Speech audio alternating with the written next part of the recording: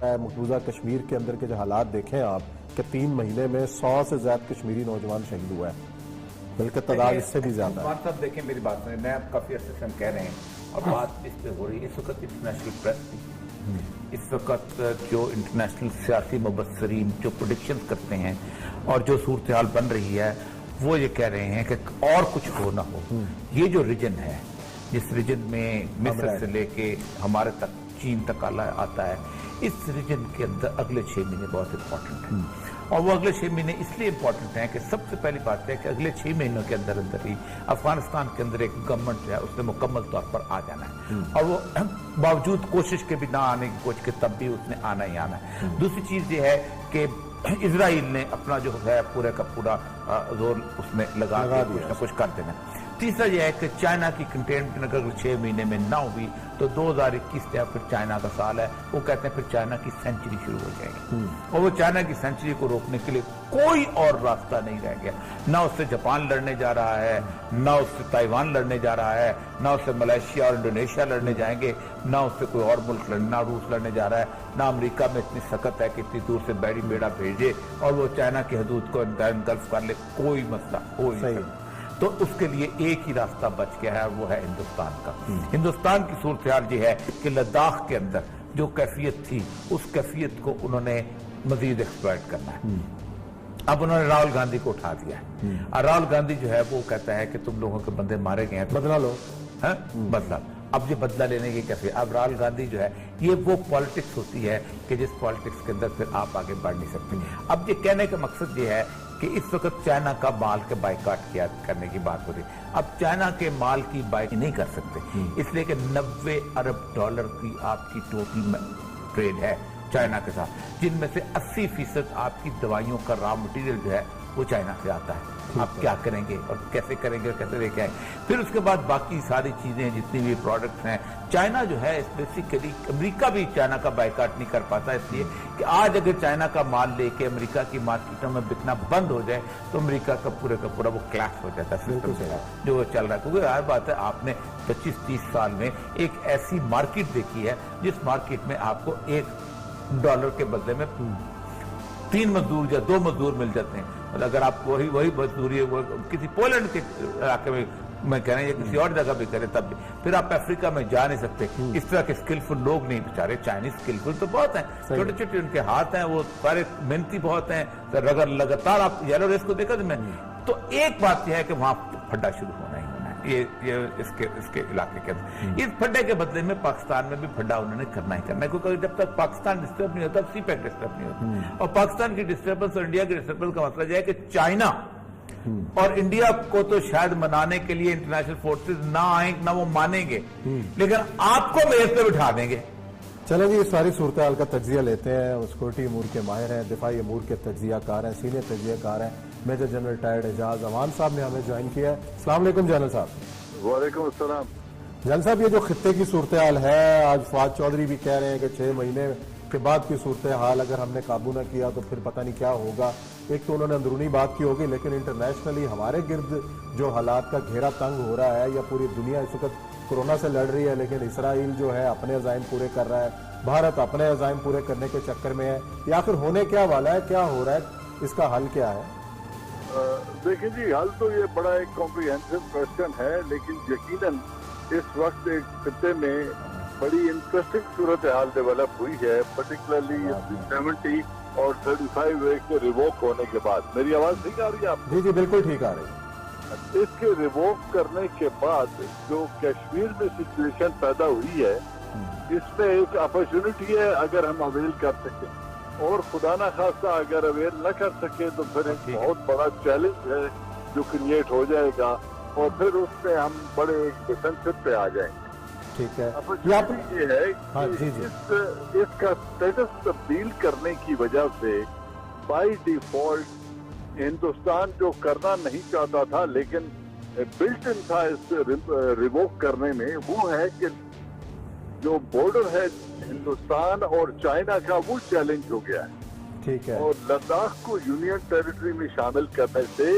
جو ہندوستان کا پرانا کلیم تھا پورے لداخ پہ اور ایکسٹینشن پہ، वो दोबारा से बहाल हो गया, जिसकी वजह से चाइना की वल्नरेबिलिटी भी बढ़ गई है और चाइना को ये खतरा लाहक हुआ है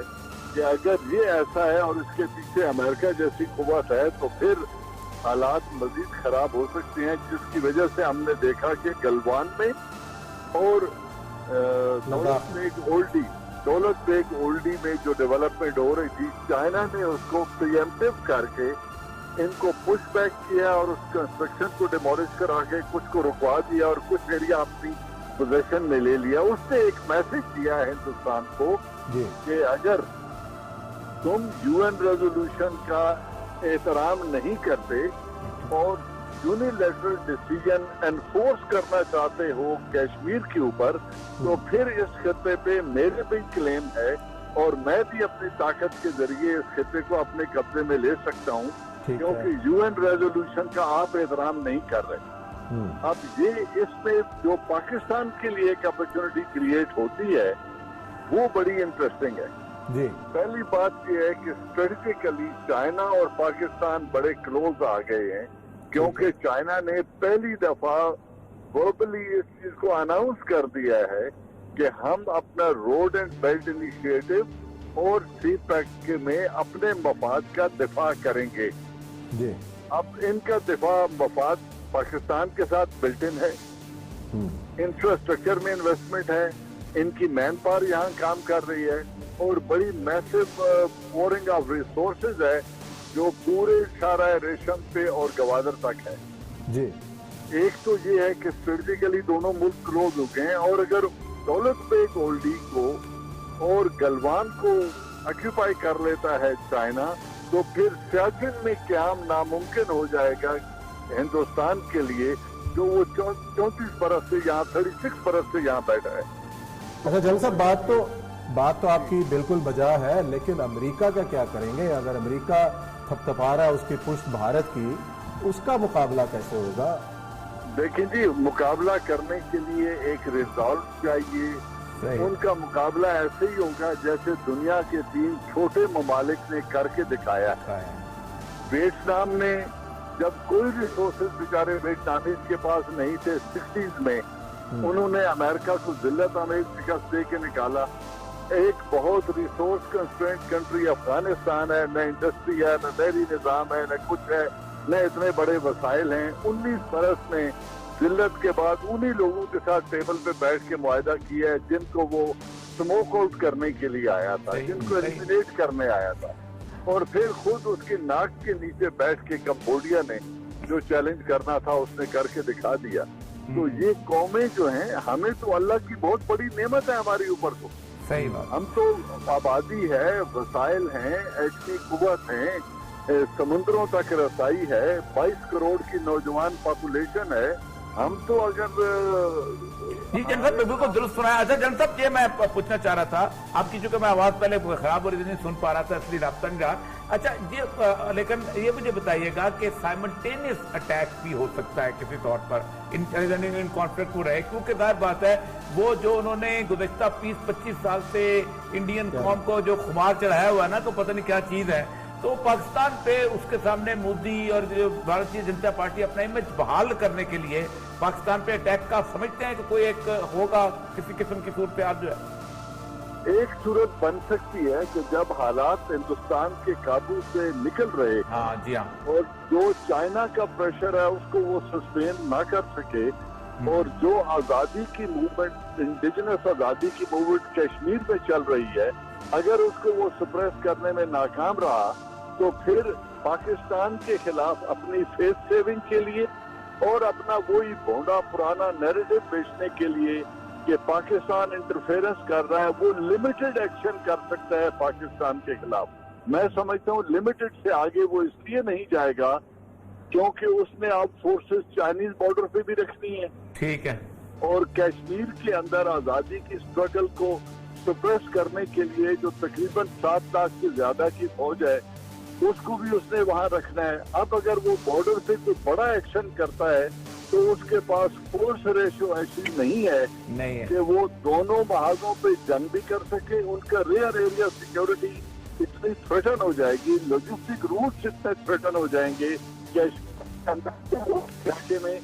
जंग लड़ने की अहलियत ही नहीं रखता। जी अच्छा जनरल साहब, एक तो हम बात कर रहे हैं कि जिसकी अहलियत की बात की आपने, तो अगर हम गुज़िश्ता 3 महीने का जायजा लेते हैं तो सैकड़ों कश्मीरी नौजवान इस अरसे के दौरान शहीद किए जा चुके हैं। खास तौर पर पिछला जो महीना गुजरा है, अभी